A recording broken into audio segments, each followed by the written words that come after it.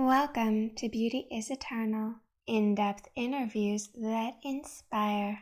I'm your host, Caitlin.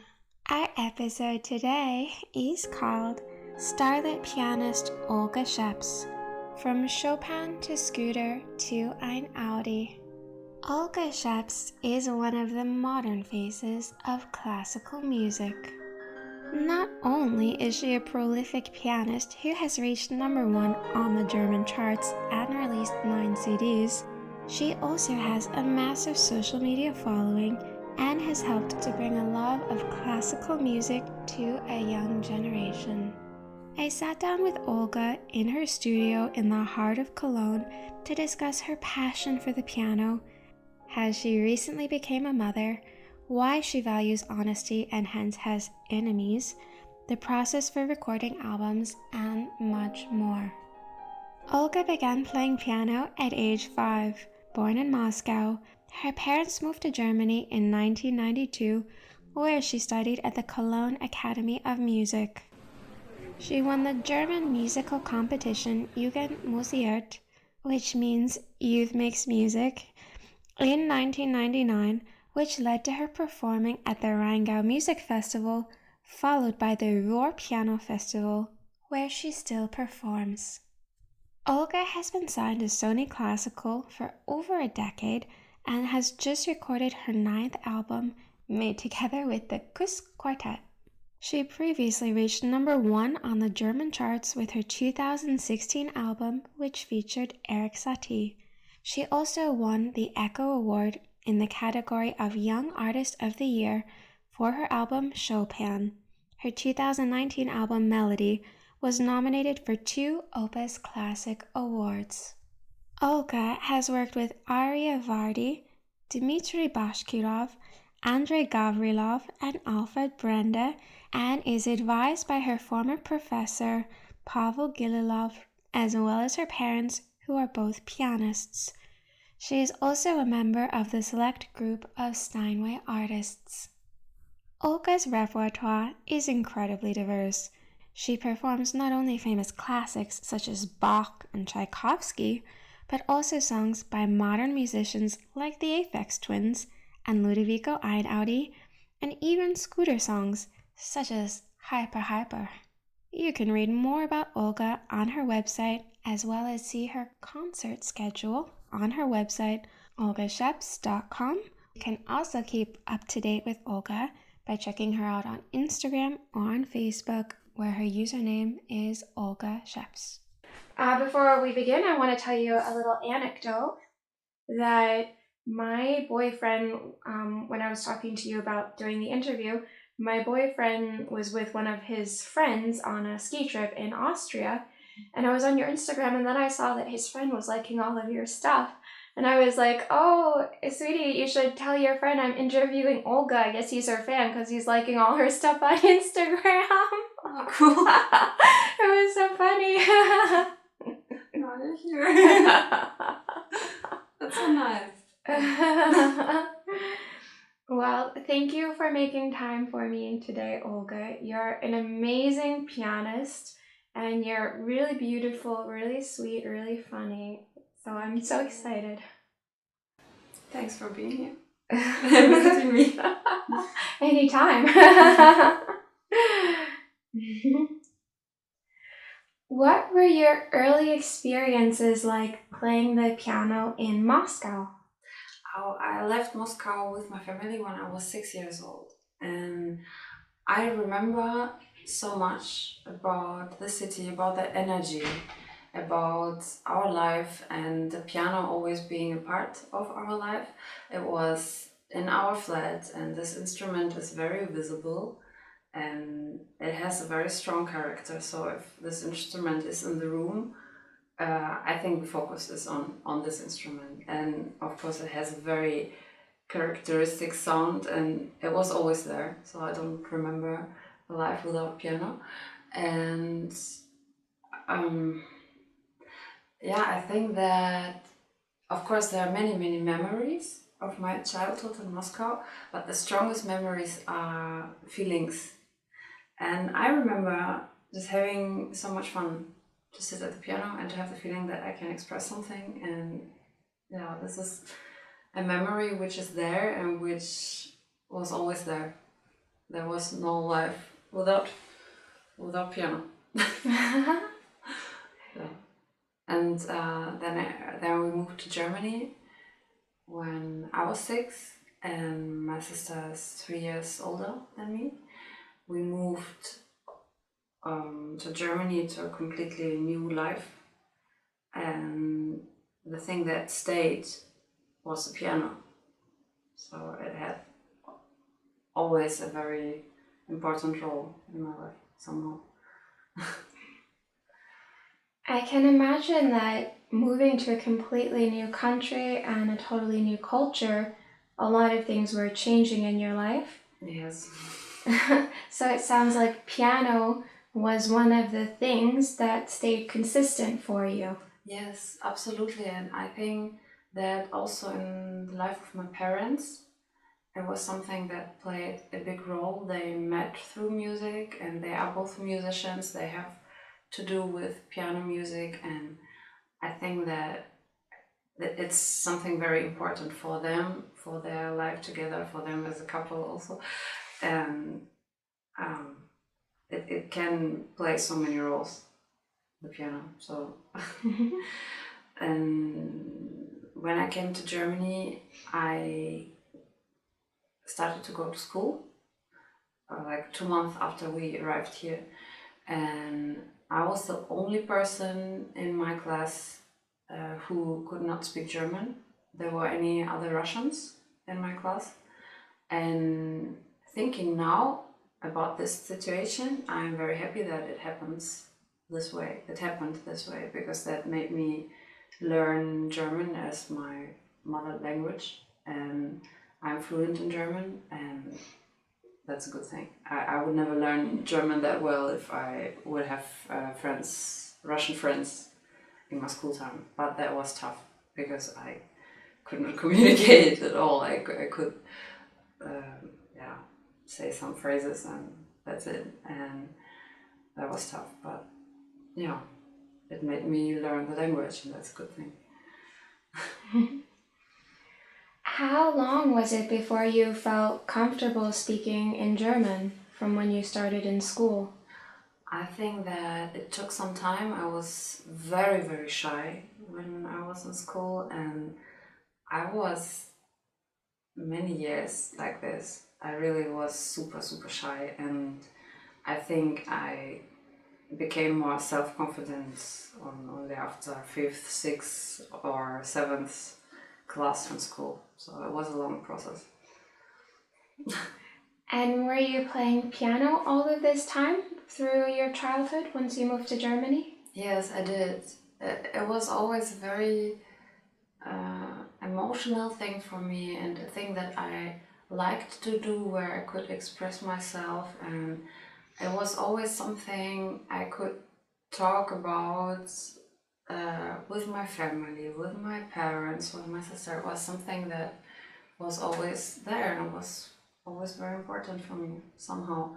And till now, I have this space performing where I can hide from everything and where I can think about things, and I can think about very well when I play. I don't know, maybe there is some science about it or not, but I have the feeling that my brain works in a different way when I play.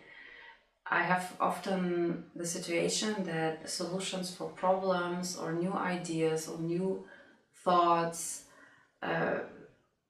visit my head when I play, or I memorize some things, or some important thoughts come to my mind when I play.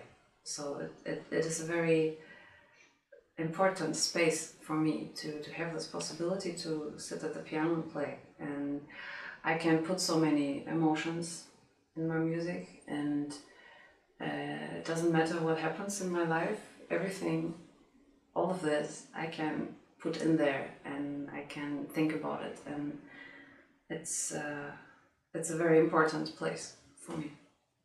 It's more than just performing and enjoying the music. Yeah. It sounds like piano is something you can turn to whenever you want to think about something or sort through something. It sounds almost like it's therapeutic for you. Maybe sometimes. I can think about different things really well when I play. But of course, it's only one aspect of many, many aspects. Of course, I love the sound of this piano because it's very colorful. It has very high notes, very low notes. It has so many different opportunities, sound opportunities. I can express so much, and there is simply so much great music, beautiful music for piano. It's not possible for me as a pianist to learn and to perform everything what is there. I have always the case that I have music pieces that I want to learn. I have music pieces that I have to learn, and it's like the time is like this, and what I want to learn is like endless because it's so much great music for piano, and there are still composers who write more music right now, which is absolutely worth to discover, and there is still so much great music to discover from like 4 centuries ago.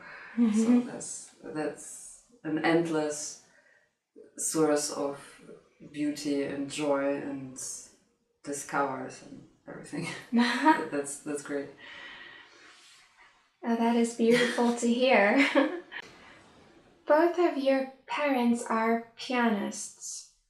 When you were growing up and you were playing piano, it sounds like it was something that came from passion and from love. Yes, definitely.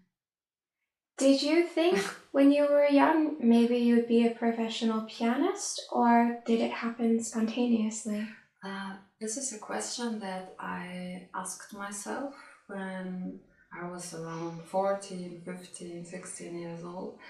And I played the piano as a child because the piano was there, I loved it, and my parents performed, they taught me to play the piano, and I found a lot of fun and joy in making music. But of course, there is this moment where you just start to think about your future, what's the thing that you want to do in the future. And I thought about different opportunities because I have many different interests, but I have always the feeling that I want to come back to my instrument, and there is something really great missing in my life when I stopped performing. I had a couple of weeks where I stopped practicing, stopped performing because I had school, I had friends, I had like other things that I wanted to do, and I wanted to find out how I would feel without piano because I never knew a life without playing piano every day. Or maybe there were one day where I didn't perform or play it or sit at least half an hour at the piano. But yeah, I found out that I really miss it if I don't play. Then I started to participate in different national young performers competitions, and I got invitations to perform concerts, and I was always very happy about every single invitation, and I'm still very happy about every single invitation. And it's so much fun, so I just can't imagine my life without piano. So I'm happy that I can do it as my profession because I can do what I love, and that's big luck, I think. I think all your fans are happy too. What was your experience at the Cologne Academy like? And this is a very well-known music school. What was it like to study there? Oh, that was a really cool time for me. I met many very nice people, I made new friends, and it is a very good university. It's a good place to study, and there are in the time when I studied, there were also many violinists and cellists and other musicians and people who have so many things in common with me. And yeah, that was fun. I studied a very long time. I think I studied more than 10 years. And I have nearly only good memories of this time. And I made many friends who went back to their home countries after the studying time, and other people went to different orchestras, to different places, and I travel a lot and I meet them everywhere around the world again, and that's so nice to come back to Spain, to Israel, to Japan, to wherever, and to meet people who I studied with. That's really cool. We have many nice memories together, and yeah, it was a good time. Yeah, good memories. It was while you were studying there in 1999 that you won the musical competition Jugend Musziert. Yes. Yeah, Jugend Musziert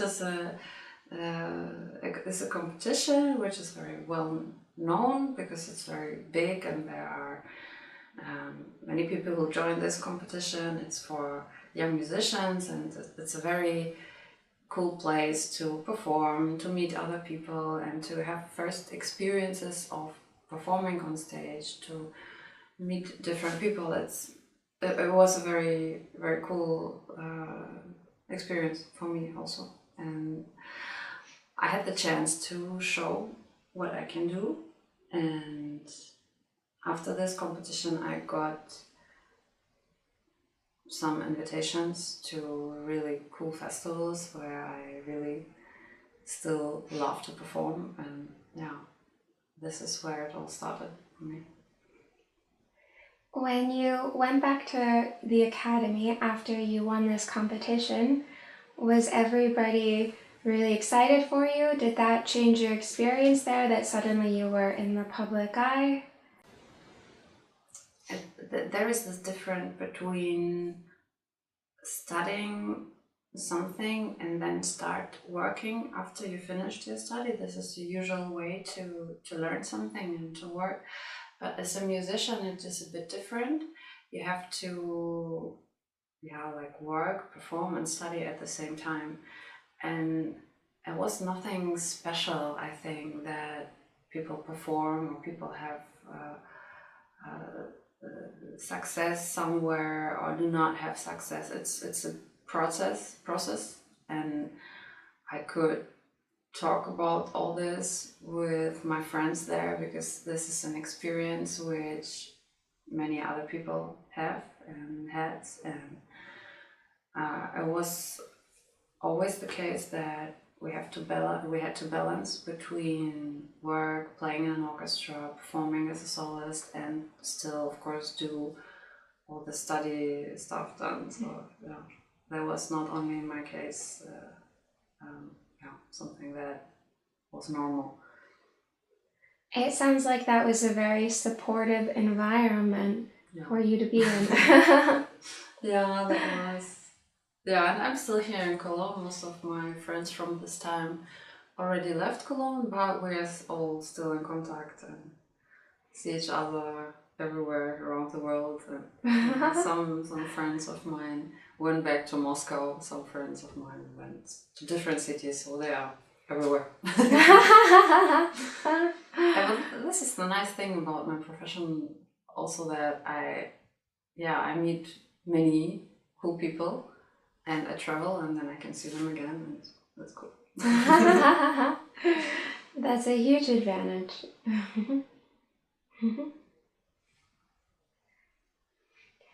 And after you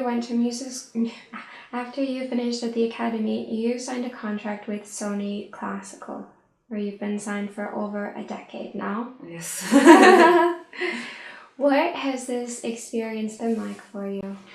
The Sony contract, yes, I signed the Sony contract in 2009, and I still studied at this time. I was in the middle of my study time, and I was, of course, really excited about this. I was really excited to record my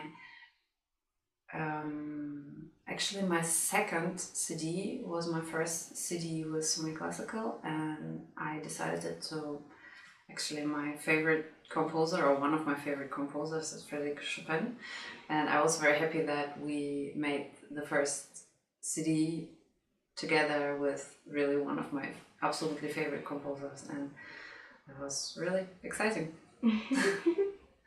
And when you record new albums, do you have total artistic freedom? Do you get support in terms of they connect you with people who help produce albums? What's it like? We talk with each other what we would like to do, and there is always the big question about timing, because of I need time to learn pieces and to find myself into this music, and sometimes I need more time, sometimes I need less time. Actually, I'm a very quick learner, but I still need to have this feeling that I'm ready to record something. And I'm very happy that we can talk about these things. This is really important, I think. And my credo, as you can say, is that I record only music that I really feel, really love, because everything else would not make sense. It would not make me happy, it would not make my audience happy.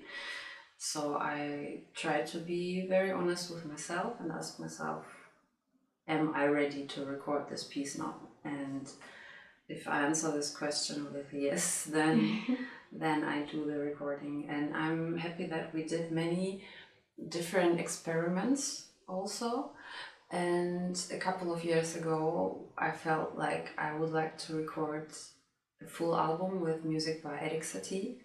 It is beautiful piano music, which is very well known, but it's well known especially through movies or like things that happen outside the concert hall.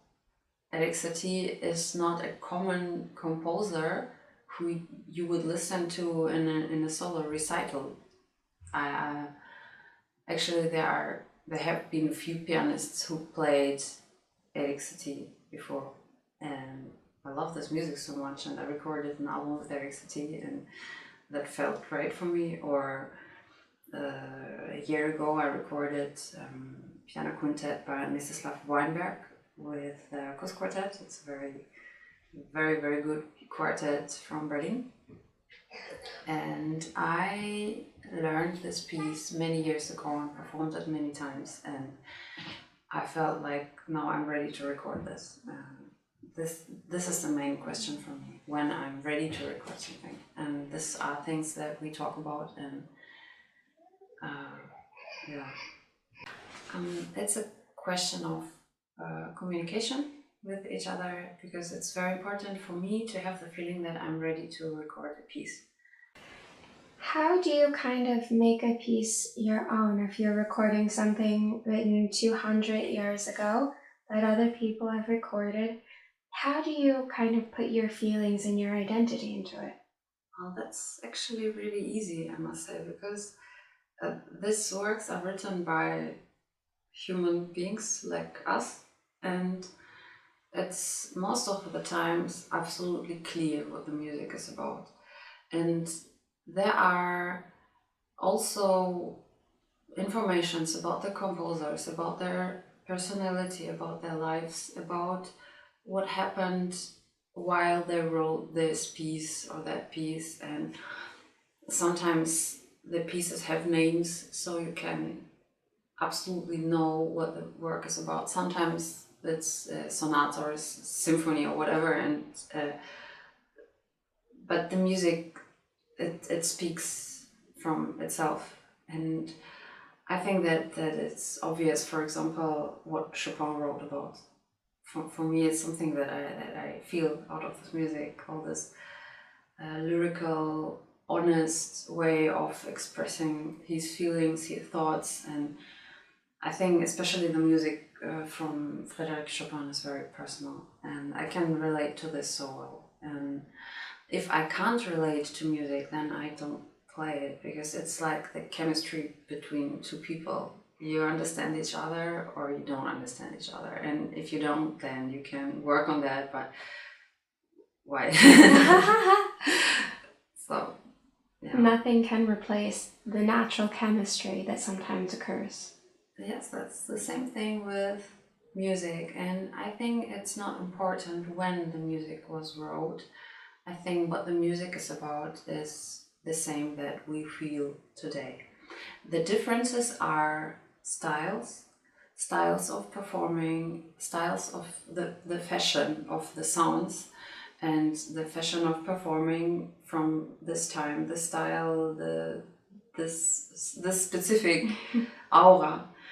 But the point is always the same. It's there is no difference between from what country the music come from or from what century. There is absolutely no difference because there are all the same thoughts, feelings, struggles that we all have.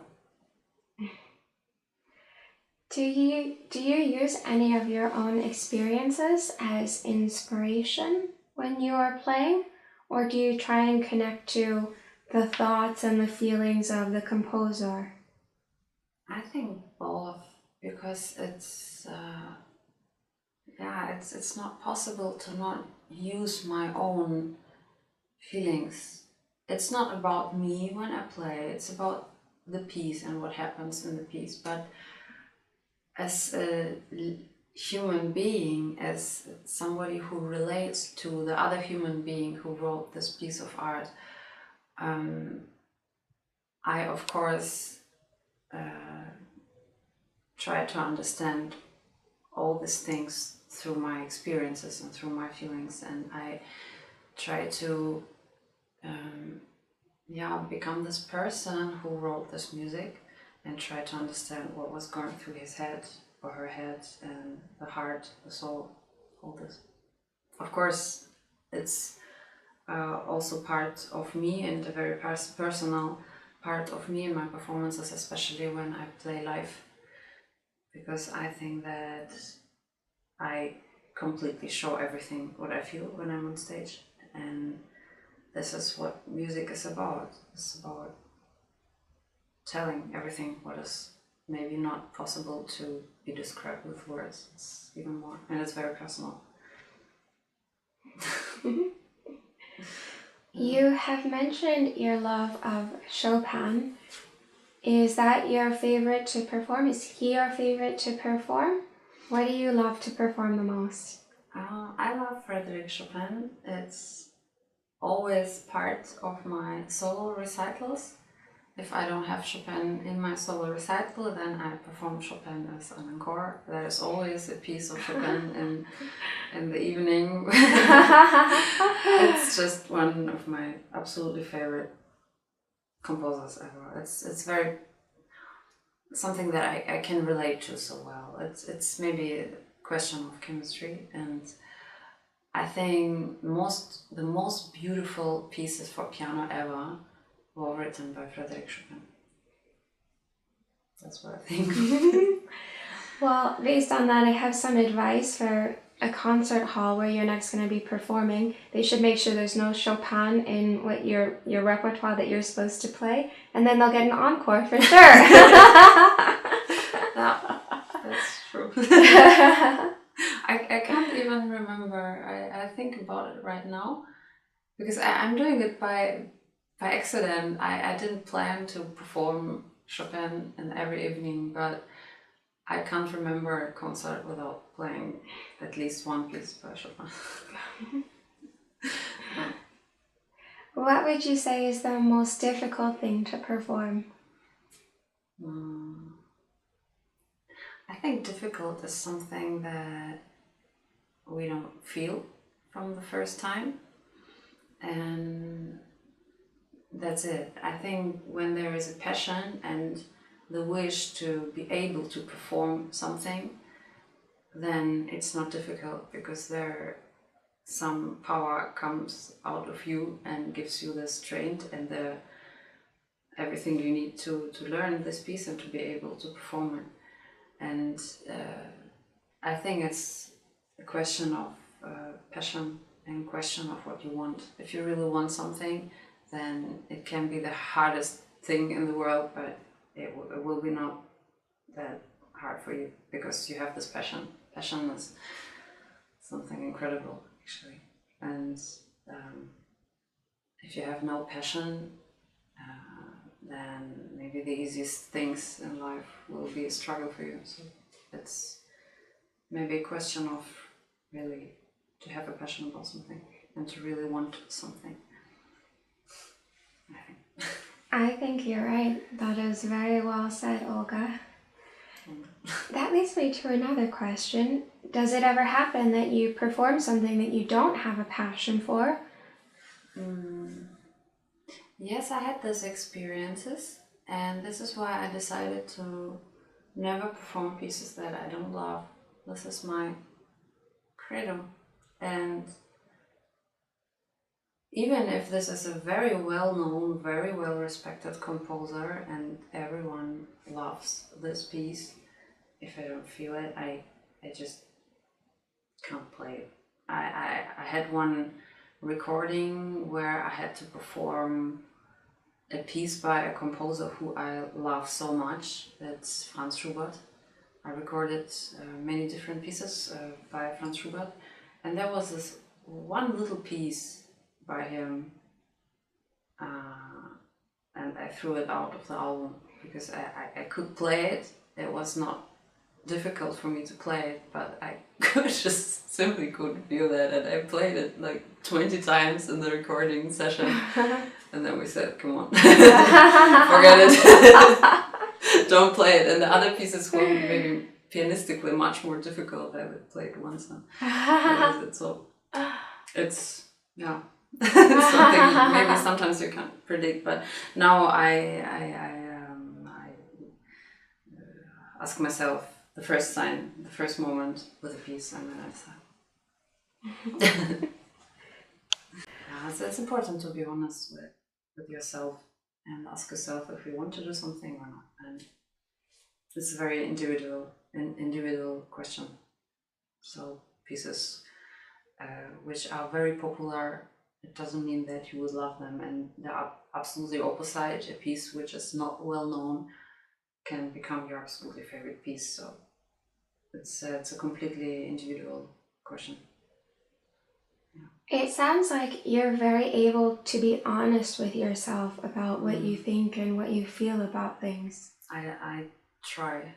I think honesty is a very important part of being an artist.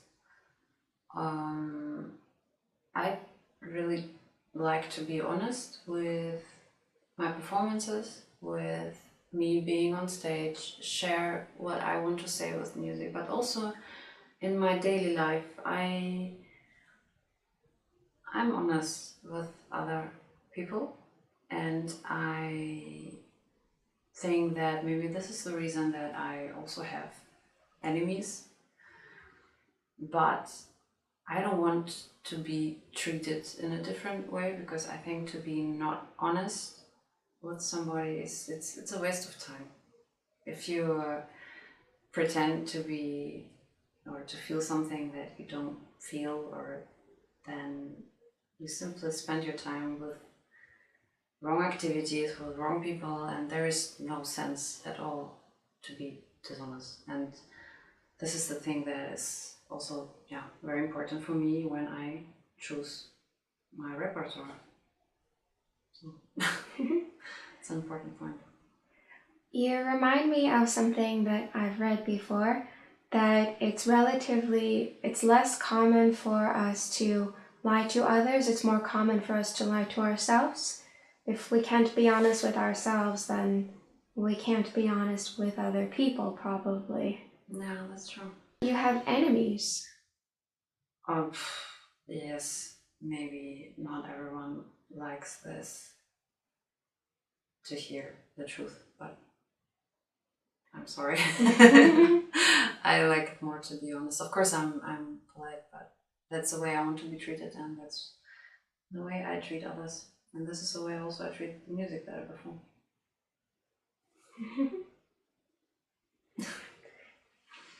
So my parents were musicians. They met at music school. Great. Yeah, and my father is a chiropractor now. So I went over the questions with him that I want to ask you before, and he said to me, "Well, Caitlin, you have to make sure to ask her what injury prevention methods she's using." I see. Because you're training a lot using your hands, your wrists, your forearms. Do you do any special strength training, or how do you make sure you don't develop tendonitis, for instance? That's a very important topic, and of I'm very scared of injuries, and not only about my hands, also about my back and about my legs, because any kind of injury would harm the performance.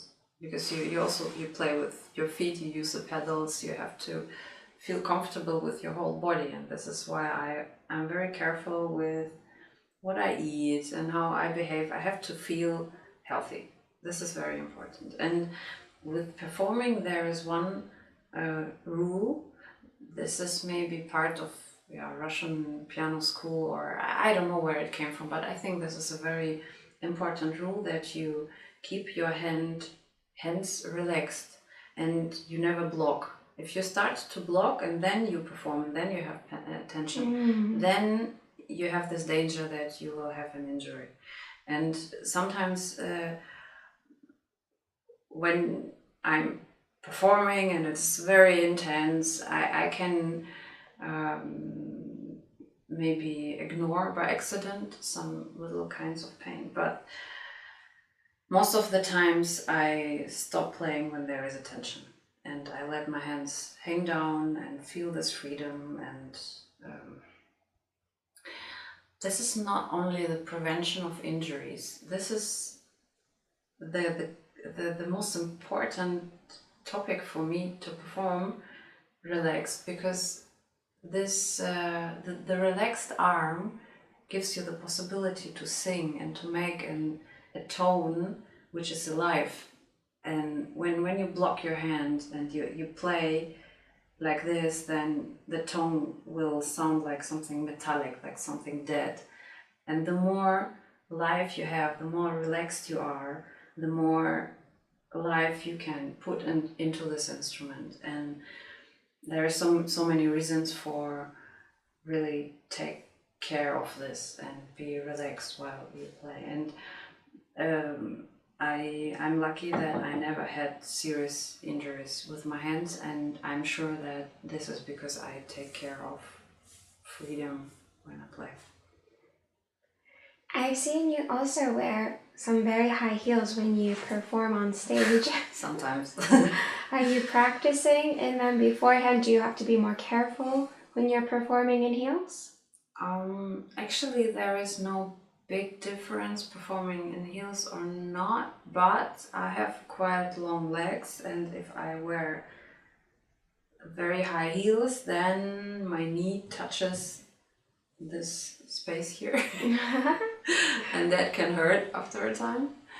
And I don't know, sometimes I feel like I want to wear high heels, but sometimes I play in flats, because then I have the feeling of contact with the ground, and it feels sometimes better. It's the most important thing for me is to feel well on stage, and it's not the most important thing that I look totally well. Sometimes I don't think about how I look at all when I go on stage, because it's about something different.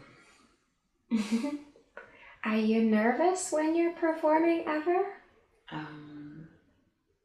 Yes, I'm still nervous, and this is strange for me, because when I started to perform, I was also nervous, and I thought that if I would perform more often, I would be less nervous, but it never changed. I'm always nervous before the concert, and even if I perform a small concert, even if I perform a private concert, what I love to do also, I'm always nervous. There's always this adrenaline before the concert, and the 2 hours before the concert, this is always a very special feeling, and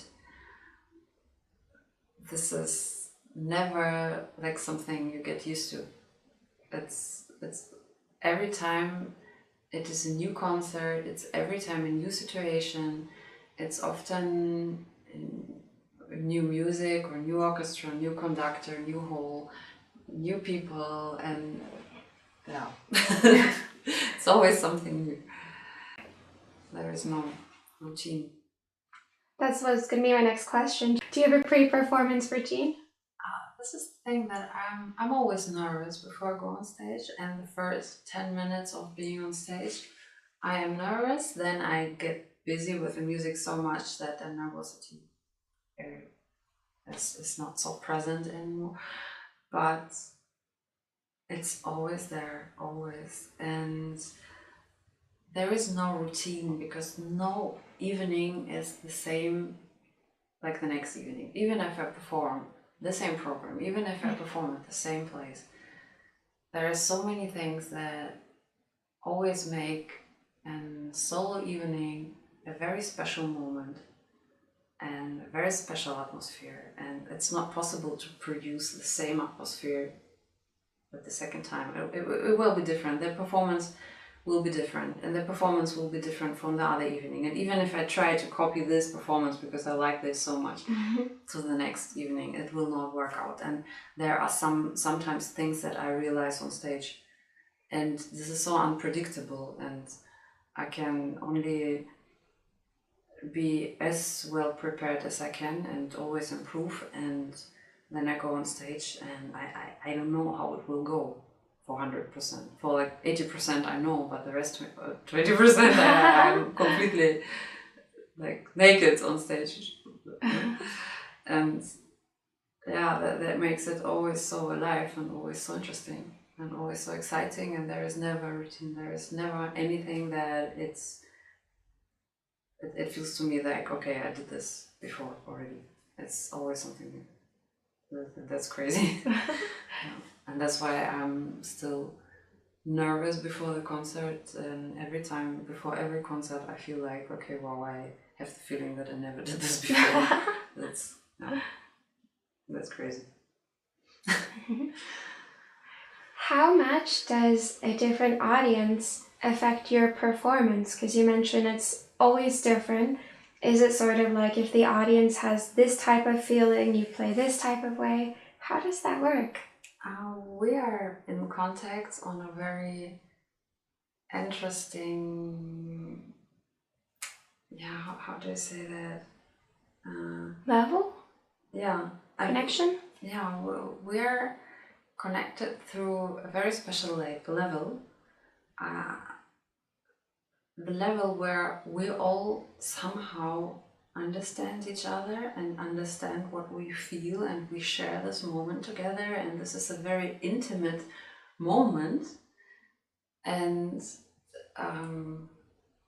this is the unpredictable thing, if there is this connection or if there is a different kind of connection. And yeah, there are sometimes very simple things that can influence the connection between the audience and me. And of course it's the piece, it's the character of the piece, it's the emotion of the piece.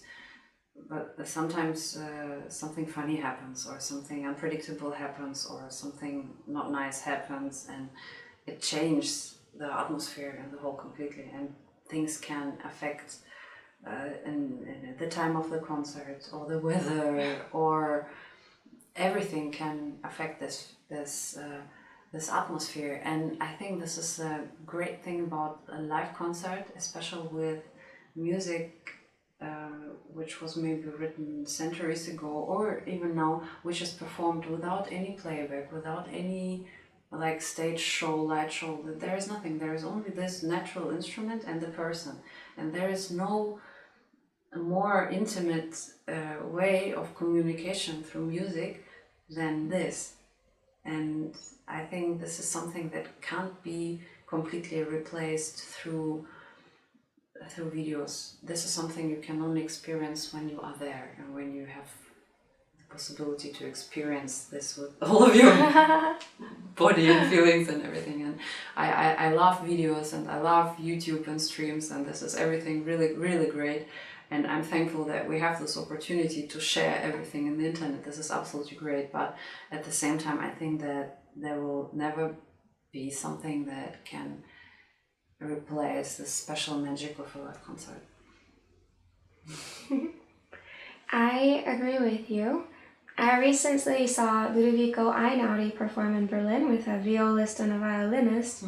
And when you're watching it live, you see how much of the body is going into the movement. You see how physical it is. You kind of see it's like the instrument is a part of the body in some way. Yeah. Part of the body, part of the soul. And there's so much more that can be told with music than with words. Many in my case, because I'm used to express so much through music, but I think that there's really so much that can be expressed through music, and that's something really special. One thing I wanted to ask you is that when we look at somebody on the outside, we see how they appear. We see them on a video or in a picture, but there's always a lot more depth to a person. And I wanted to ask you about the difficulties that you've had in your life, the struggles that you've had, if you're willing to talk about something. Sure. That somebody who looks at you, they would think, oh, she'd never have that problem, or she's never had a problem with that. But that, I think that's absolutely not true that I do not have problems. My life and myself is far from perfect, and I think it's important to work on yourself to improve what you can give, and this is the most important thing, that you try to improve and you try to be good in whatever role you are, because when we live, we have different roles. We have a role as a friend, as a partner, as whoever, and as a musician, and it's important to improve and to do your best everywhere. Yeah.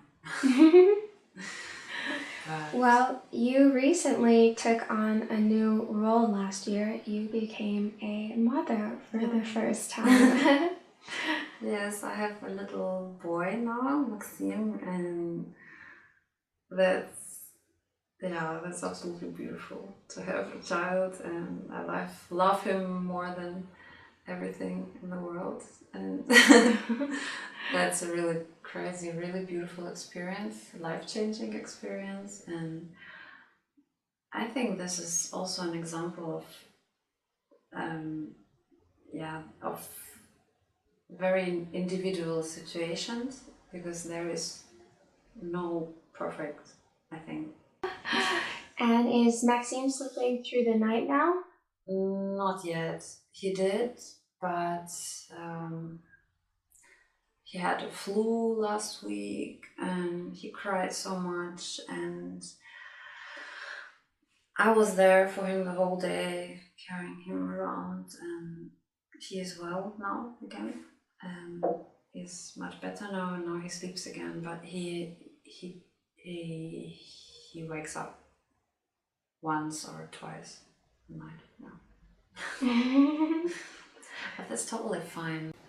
I think that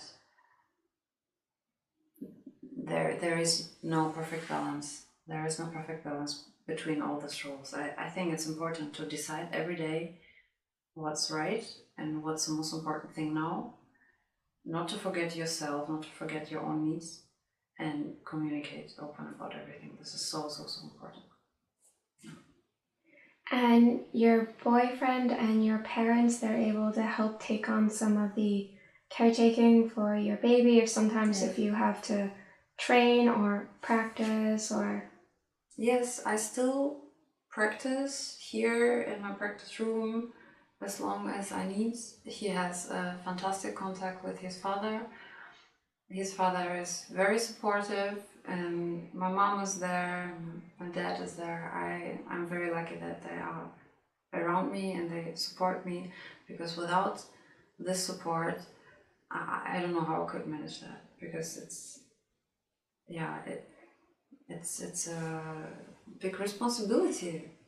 It's now not only the responsibility for myself or for my life, it's the main responsibility for my baby, and it's not possible to do everything on yourself. It's still not possible if people support you to do 100% in all of these roles. And support is so important in this situation. And I'm very lucky that I have my parents and my boyfriend next to me, and yes, thanks to them.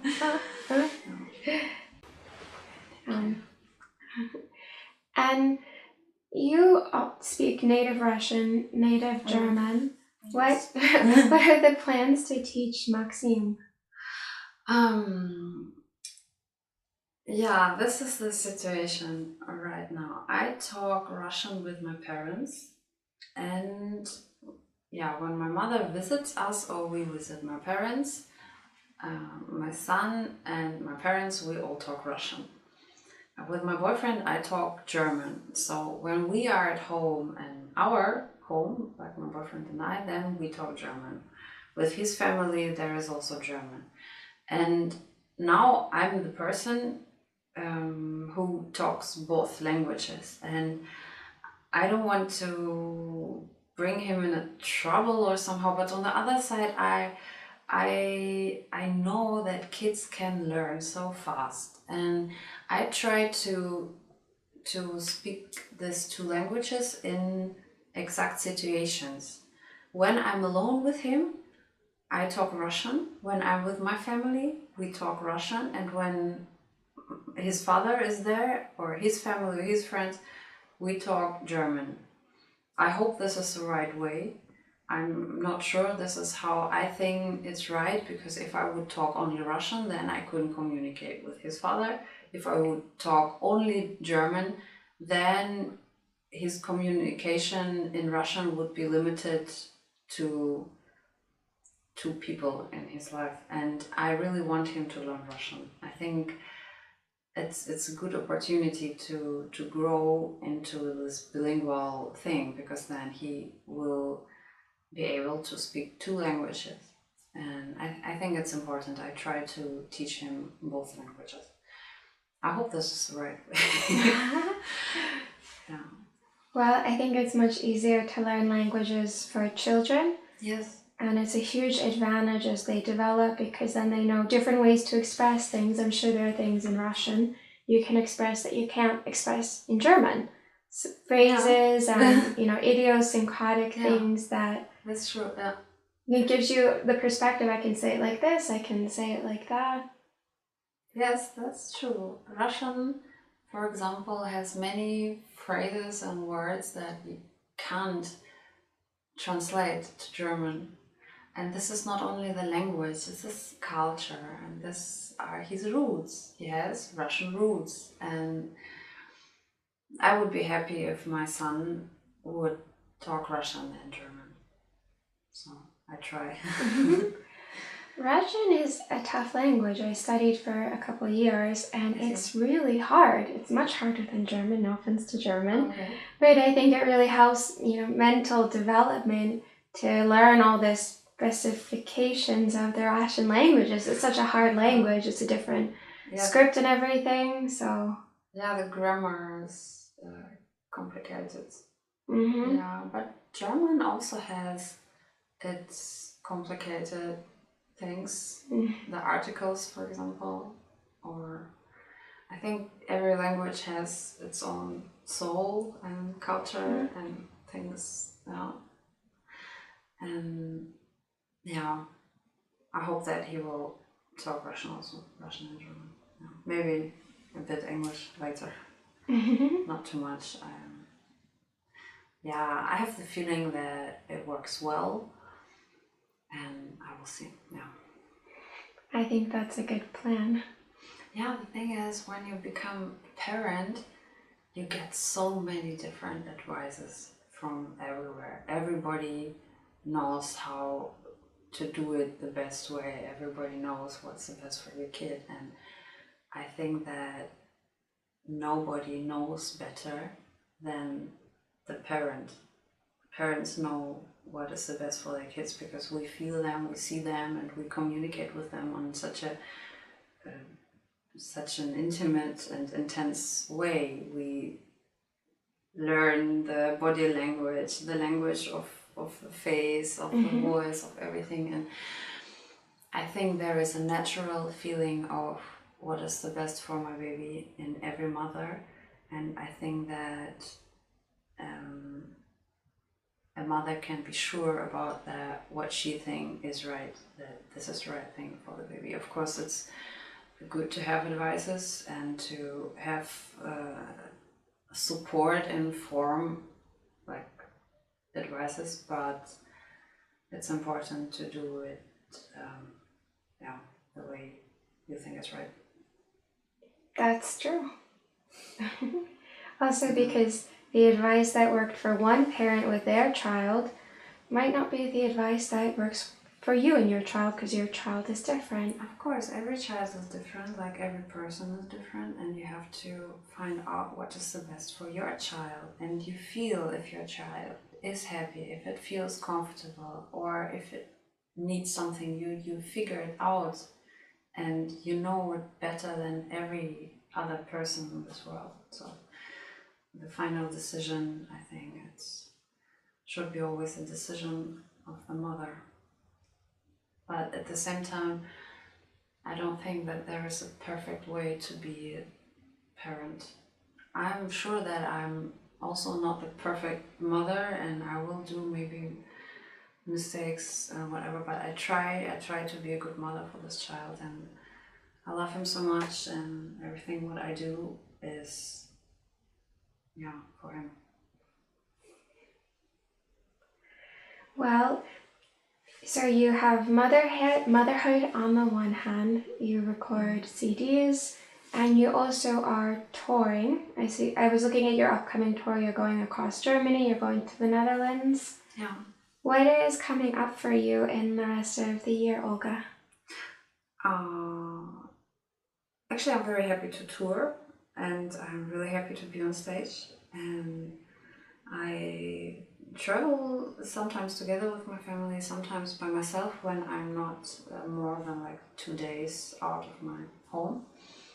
And I'm looking forward so much to play a solo program with Beethoven, Mozart, Schumann, of course Chopin, and different other composers. I'm looking forward to perform Beethoven concertos this year. I'm artist in residence this year with the Staatsorchester Braunschweig, and there I will perform Beethoven 4th Piano Concerto, and with the Royal Orchestra of Prague, Rheingau Music Festival, I will perform the third piano concerto by Beethoven. And soon, the next concert is in a couple of days, I will perform both piano concertos by Frédéric Chopin, and one day later in Wiesbaden and Kurhaus with Philharmonie Baden-Baden, I will perform the first piano concerto by Chopin. These are concerts I'm looking forward so much, and all information's on my website. If you want to come, you are very welcome.